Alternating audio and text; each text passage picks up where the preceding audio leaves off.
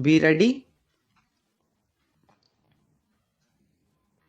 5 seconds. Start. About 11 honorable members have taken part in the debate and have given valuable suggestions on the electoral reforms.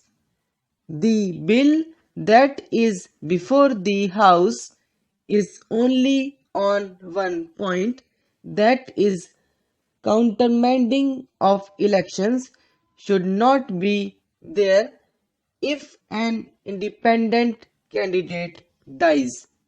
But taking this opportunity, almost all the members have expressed their views on the need for electoral reforms at an early date. As far as this bill is concerned, I do not think that there will be any objection from any member. Even the honorable member who moved this statutory resolution said that if the government assures that it is going to bring in a comprehensive electoral reform bill as early as possible, he has no objection to this.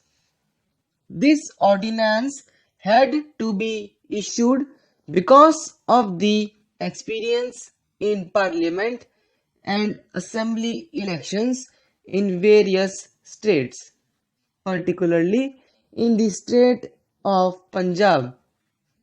During the last Punjab elections, a number of candidates, particularly independent candidates, were killed, and that has made the government think seriously what it should do.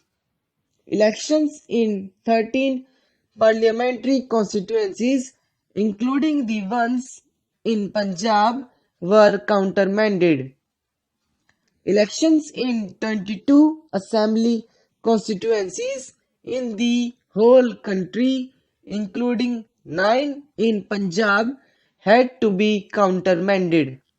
So, this high incidence of deaths has made the government think and come forward with an ordinance which will enable the elections to go on in spite of deaths of independent candidates. The effect of it you have seen in Punjab. This time the incidence of deaths was not so high. We were able to conduct the election and the government elected by the people of Punjab was resorted after a long time. I hope the House will agree unanimously as far as this part of it is concerned. About the electoral reforms, the government is also more serious. We have been making a lot of efforts. I will come forward with some of the suggestions later. But as the Honorable Member Dr. Jain has said, a lot of effort has gone into this, thinking about the electoral reforms.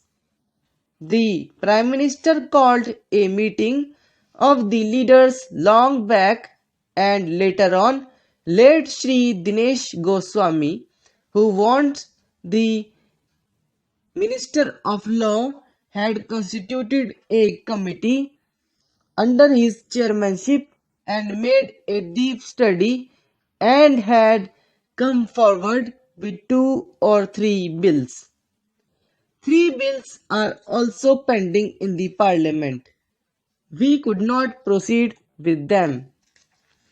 Regarding delimitation of the constituencies, we have introduced a bill recently. The bill that was now introduced earlier was based on the 1991 census. Now the 2001 census is over.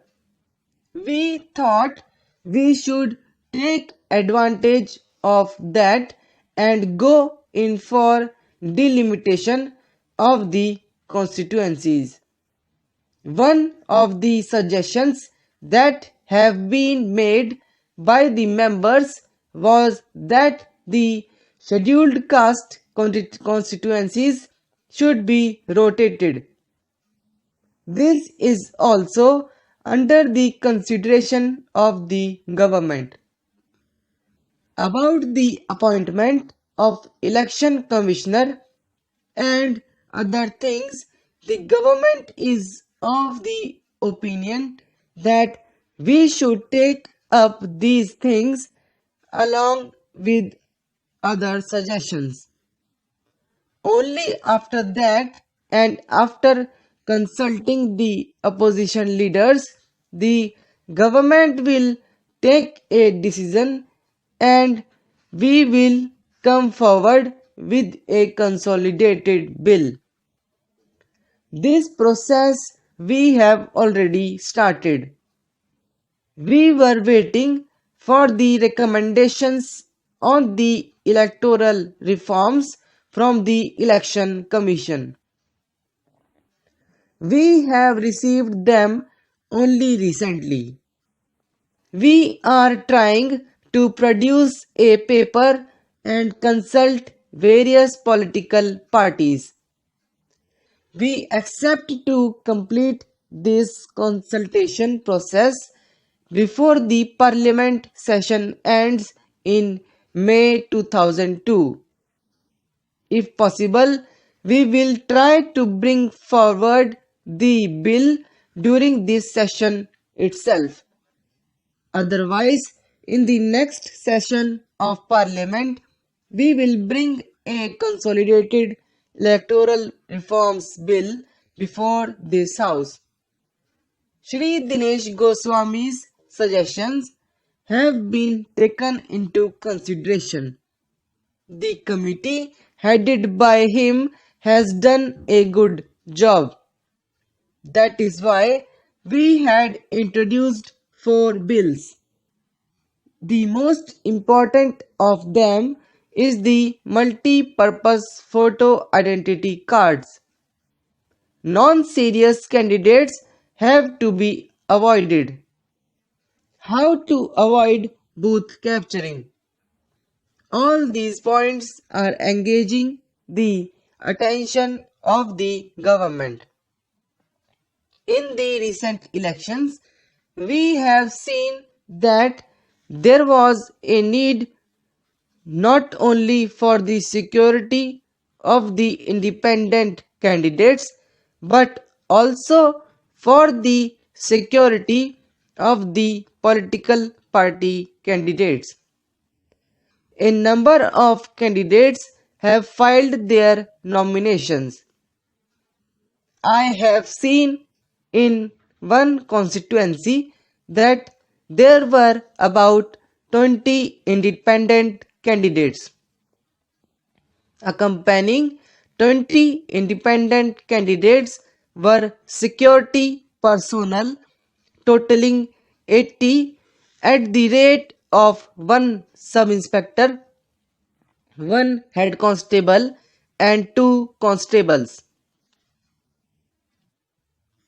20 candidates and 80 police personnel accompanying them looked like an army marching. What kind of an impression it will create on the voter? We should seriously think of avoiding these independent candidates. That is a very important point. We have many suggestions to this effect. Some honorable members have suggested that the deposit money may be raised. Raising the deposit money alone will not solve the problem.